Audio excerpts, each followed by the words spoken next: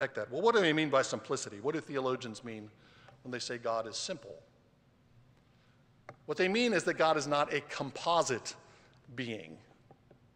God is not made up of parts. At the very basic level, that simply means that God is not made up of physical parts. He's not made up of physical parts because he doesn't have a body, doesn't have an eternal body. God is a spirit. We'll stipulate that. God is a spirit. He doesn't eternally have a body, and therefore he doesn't have bodily parts. You have bodily parts, and some of your bodily parts could be removed, and you would still be yourself. So your bodily parts aren't essential to who you are. Certain bodily parts are. You couldn't remove your heart without a replacement and remain the person that you are, and you couldn't remain the living person that you are. But you could lose a limb, you could lose a hand, you could lose a lot of your body and still remain the person that you are. God's not like that. He's not made up of parts so that he's got sections of him that might be lopped off and God would remain who he is. We can visualize that in terms of physical parts.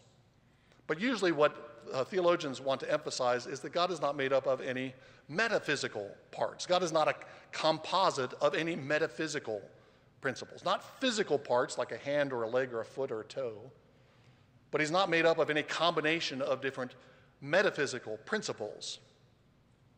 What might that mean? What is a metaphysical part?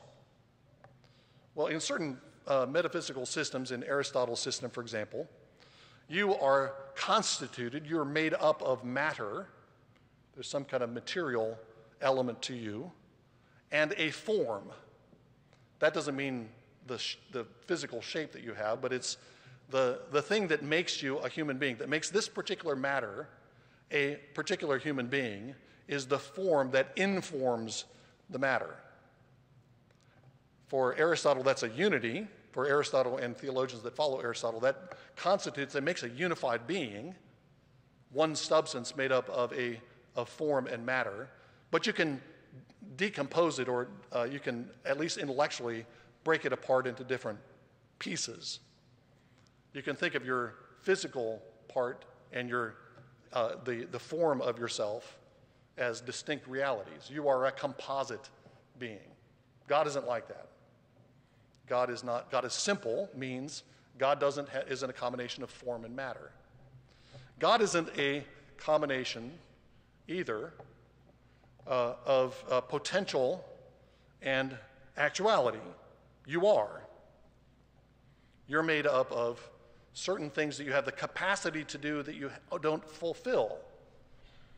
Right now you have the capacity to do certain things that later you might fulfill.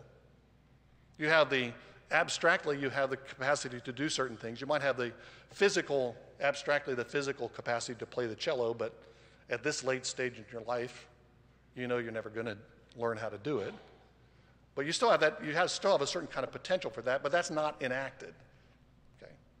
That kind of combination is also excluded by the idea of simplicity. God is not a combination of potential and actuality.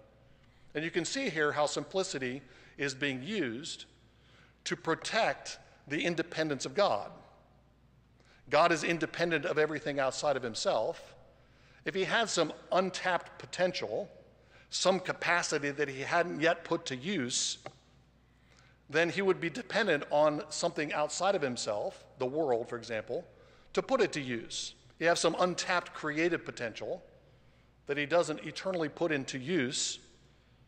That means that creating the world brings something into reality in God that didn't exist before. And then God is, in some sense, dependent on the world outside of himself. So to say God is simple is to say he doesn't have those untapped potentials. In St. Thomas Aquinas' terms, he is pure act. He's actus purus. Everything about God is fully actualized at all times. There's no hidden potential.